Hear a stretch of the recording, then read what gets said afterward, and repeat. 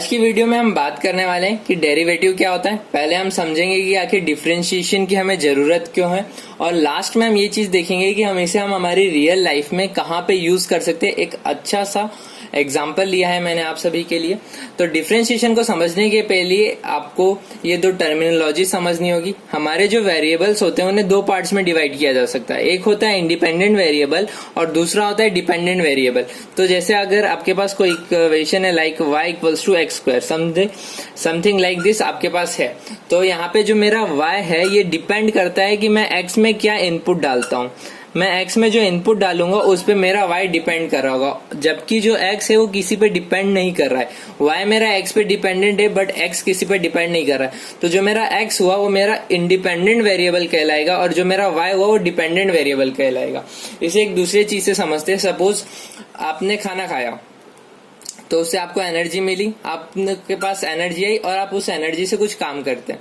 तो जो आपने काम किया, जो एनर्जी आई वो डिपेंडेंट है फूड पे। फूड किसी चीज पे डिपेंडेंट नहीं है। तो जो हमारा फूड हुआ वो इंडिपेंडेंट वेरिएबल है और जो हमारी एनर्जी हुई वो हमारा डिपेंडेंट वेरिएबल है। ओके, ये हमारा जो ग्राफ होता है ये एक्चुअली रिप्रेजेंट क्या करता है, ये रिप्रेजेंट कर रहा है कि change in y with respect to x। Means y में क्या चेंज आ रहे हैं x के रिस्पेक्ट में। सपोज मैंने y को डिस्टेंस ले लेता हूं, ये मेरा डिस्टेंस है, और x को मैंने टाइम ले लिया। तो ये जो मेरा ग्राफ है ये रिप्रेजेंट कर रहा है change in distance with respect to time. Means time के साथ मेरे डिस्टेंस में क्या चेंज आ रहा है। अब मुझे सपोज इस दो इंटरवल में, एक इंटरवल ये ले रहा हूं और एक ये ले रहा हूं, ये मेरा एक इंटरवल हो गया, और मुझे पता करना है कि इस इंटरवल के ड्यूरेशन में क्या चेंज आया है डिस्टेंस में विथ रिस्पेक्ट टू टाइम। तो मैं क्या करूंगा, मैं इसका स्लोप निकालूंगा। मीन्स ये क्या है, ये इसका चेंज इन x है डेल्टा x, और ये जो चीज है ये इसकी क्या है, ये चेंज इन y है। तो मुझे इसका चेंज निकालने के लिए क्या करूंगा, स्लोप निकालूंगा मैं। तो स्लोप क्या होता है, change in y upon change in x। तो इस तरीके से मुझे पता पड़ जाएगा कि इस टाइम ड्यूरेशन में क्या चेंजेस आए डिस्टेंस के अंदर। सिमिलरली एक दूसरा कर्व लेता हूं मैं। सपोज ये मेरा कर्व है y equals to f x, ये मेरा कर्व है। अब मुझे यहाँ पे सेम एक इंटरवल के बीच में निकालना है कि क्या चेंजेस आए। मुझे सपोज इन दो इंटरवल के बीच में निकालना है। तो मैं क्या करूंगा, सिंपली इसका स्लोप निकालूंगा। बट इसमें ये कोई स्ट्रेट लाइन नहीं है जो मुझे डायरेक्ट मिल जाएगा।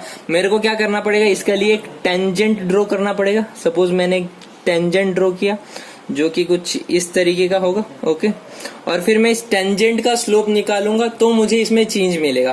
तो ये एक लंबा प्रोसीजर होता है। सपोज ये जो मेरा इंटरवल था ये बहुत बड़ा था। अगर इंटरवल मेरा बहुत ही छोटा, मीन्स बहुत छोटा, मीन्स मतलब जो मेरा चेंज इन एक्स है वो टेंस टू 0 बट 0 नहीं हो, तो उस समय क्या करेंगे, तो उस समय में उसकी चेंज निकालने के लिए ही जिस चीज का यूज होता है उसे हम बोलते हैं डिफरेंशिएशन। यहीं पे हमारा डिफरेंशिएशन का कॉन्सेप्ट यूज होता है। तो हमें डिफरेंशिएशन क्या बताता है, हमें डिफरेंशिएशन बताता है rate of change in y with respect to x when x tends to 0। Okay, तो आपको ये चीज समझ में आ गई होगी कि हमें डिफरेंशिएशन कब यूज करना होता है, जब मुझे चेंज निकालना होता है कि किसी भी चीज में दूसरे टर्म के रिस्पेक्ट में क्या चेंज आ रहा है। एट इंस्टेंट चेंज निकालने के लिए ही हम डिफरेंशिएशन का यूज करते हैं। अब बात करते हैं कि उसे डिनोट कैसे करते हैं। तो डिफरेंशिएशन को डिनोट करने का तरीका होता है dy बाय dx। एक इस तरीके से रिप्रेजेंट करता है। ये y equals to f x था, तो हम इसे y डैश से भी रिप्रेजेंट करते हैं और f डैश x से भी रिप्रेजेंट करते हैं। ये तीन तरीके होते हैं जिससे हम डिफरेंशिएशन को रिप्रेजेंट करते हैं। तो इसके बेस पे एक रियल लाइफ एग्जांपल देखते हैं। ओके, सपोज मेरे ने एक कंपनी स्टार्ट की, मुझे एक कंपनी स्टार्ट करनी है। तो किसी भी कंपनी को स्टार्ट करने के लिए हमारा जो मेन पर्पस होता है वो ये होता है कि मुझे उसमें से प्रॉफिट चाहिए होता है, कि मुझे मेन प्रॉफिट चाहिए, इसलिए मैं कंपनी स्टार्ट कर रहा हूँ। तो प्रॉफिट निकालने का फंडा क्या होता है कि selling price minus cost price. ये सिंपल सा फॉर्मूला है प्रॉफिट निकालने का, selling price minus cost price.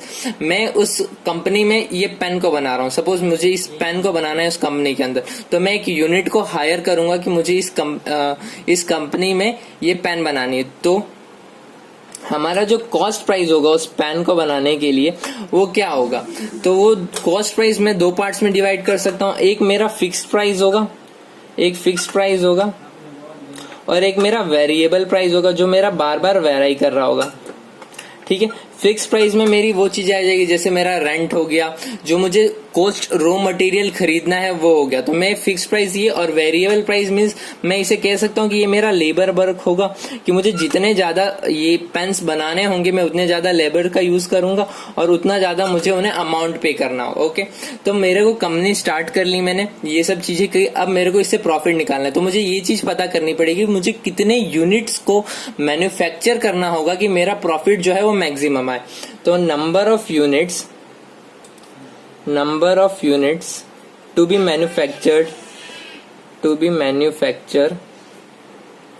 to get maximum profit।